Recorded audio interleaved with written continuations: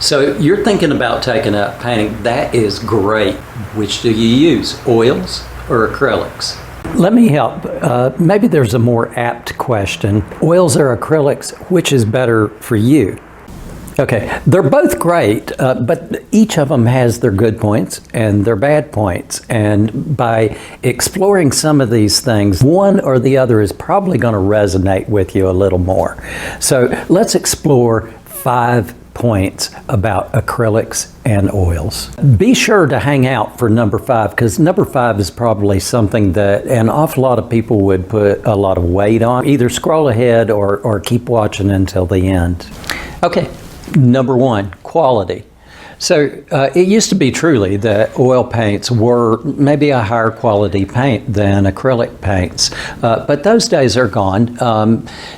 Now it's more about the brands or the types of paints within those brands. How quality are they? There are quality oil paints, but there are quality acrylic paints as well. So golden paint is a good quality acrylic paint. There's a friend of mine, Jeremy Sams, that paints exclusively with acrylics. And leave a comment, look at some of his work and see if you can tell the difference between his acrylic paintings and oil paintings.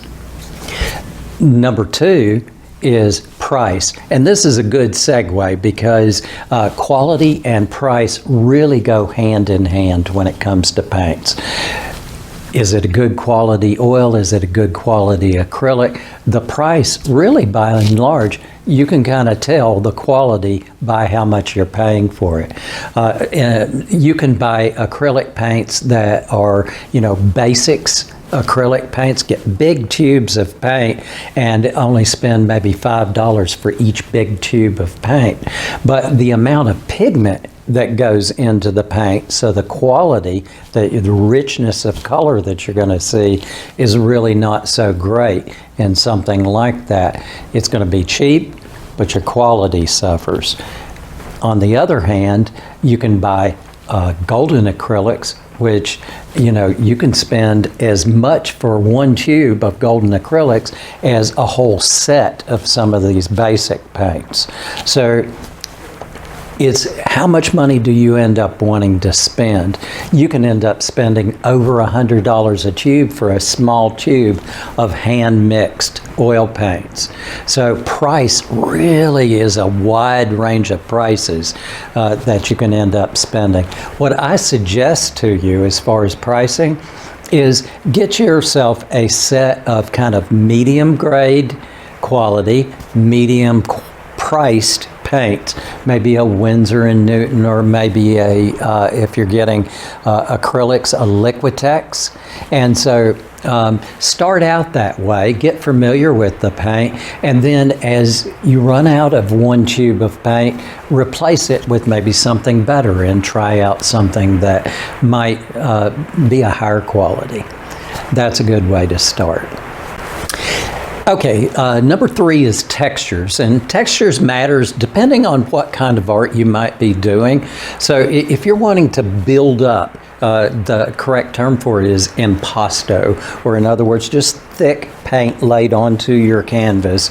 Textures can matter. It can matter depending on how thick or how thin the paint is that you're using. So what I suggest again is to use a medium priced, medium ranged paint. So if you're using acrylics, maybe a Liquitex, and if you need to thicken that up, you can use, there are various different gels that you can look for additives to the paint that will help you to make it even thicker. But Liquitex has a heavy-bodied paint, and then it has Galleria paint. So the Galleria is a little thinner. The heavy-bodied, of course, is a little pastier. With Winsor & Newton, you'll find that most of their paints have a little bit heavier body to them. If you were to try, say, Grumbacher oils, those are a little more creamy and a little smoother. So you can try, by and large, things that are just a little bit more heavy bodied are going to give you a little thicker textures to work with. Okay, number 4, toxicity and smell. smell may go kind of hand in hand with that toxicity. Traditionally, acrylic paints have been considered to be a little safer, but that's primarily because acrylics use water as a way of mixing.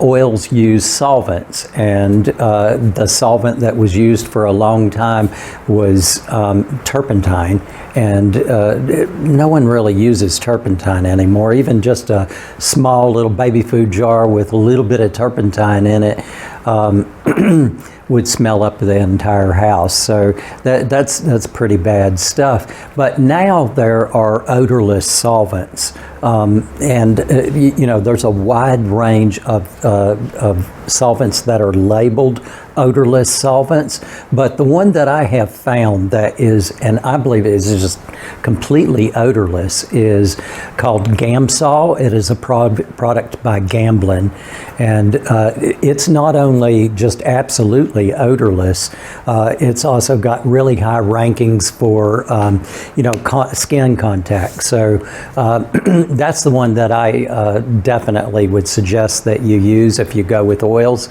Oil paints themselves have a little bit of a smell, but unless you're like Cyrano de Bergerac, I don't think that would really be an issue for you. The main point is with toxicity is it really is skin contact. So the really rich, bright colors are the ones that have heavy metals in them, quite often have heavy metals in them. We all know that lead paint used to be such rich, bright colors, but it was so toxic that we kind of did away with ever using lead in any of our paints. But we still use things like barium and cobalt, and cadmiums are, very popular, chromium. So there's a lot of heavy metals that go into paints, and you get that paints on your hands, on your face, whatever, and it's not good for you. So it is suggested that you use latex gloves whenever you're painting. But see, now those colors can be in acrylics or they can be in oils, so it's equally kind of like a problem for having those kind of things in there. Now, if you look on tubes and it says, instead of saying cadmium red, if it says cadmium red hue, it means that it's still the same hue, or in other words, the same color, but generally speaking, it also means that they have taken the heavy metal elements or other unhealthy elements out of that paint and used a different kind of chemical mixture in order to come up with that color. So by and large, if it says hue on there, it is a safer paint, and you'll find that happens more often with acrylics than it does with oils. So still, by and large, I guess you'd have to give a little bit better scores for acrylics as far as how safe it is for your health. One other aspect that we think of when we're talking about toxicity is disposal of paints. Check with your local sources to find out for sure if there is a place where you need to take your paints when you're finished with them. But by and large, I think most places, if the paint is completely dried up, you can dispose of it however. But now the solvents, that's a different thing. So you really cannot just dump solvents anywhere. But let me suggest to you, and if you look at the end of this video, you'll see an end screen that will talk about using a brush washer. Every oil painter should definitely have something called a brush. If you watch the video at the end, you'll see all of the various different things that are great about having one of these. But let me just say that the toxic part of this is going to be the sludge that builds up down at the bottom. And by having this little removable basket, you can pour off the solvent, remove the sludge, throw the sludge away, and replace the solvent. And really, you never end up with excess solvent that has been, contaminated by all of that sludge. So there's no waste. So use a brush washer bucket and you'll never have any problems with the waste that would need to be thrown away. Drying time. This is really the nitty-gritty between oils and acrylics because they have such vast differences when it comes to drying time. Acrylics can dry out in just a matter of a few minutes. Oils, depending on how thick the paint is, it may be weeks or even a month before an oil painting would be really dry. So that affects how you kind of go about doing your painting. With oils, because it takes so long for it to dry, this is its strength.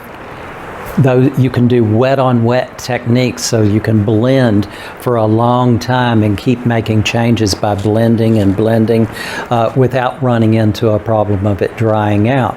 However, this is the weakness of oils.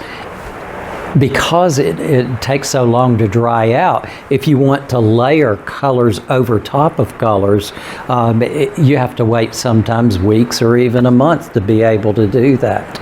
Now, acrylics, on the other hand, because they dry immediately, those wet on wet techniques that are so nice, you can't do them hardly at all unless you're constantly wetting the paint. However, if you want to do layers, and so you do these glazing, layering techniques, you can do those in just a matter of minutes. So that's really great for acrylics. Now, there are a few things that you can do to increase that time that you're able to do blending with acrylics. There are gels that you can add to the acrylic paint called a retarder, and that will slow down the drying time. Unfortunately, with retarders, the more you put in, the more you're spreading your pigment out. So the richness of the color of the paint will be affected by that. What I suggest instead is to just keep your painting wet all the time. You never want it to get so wet that it begins to run. And so a spritzer, something that sprays a little bit of water onto the painting is a great thing to have.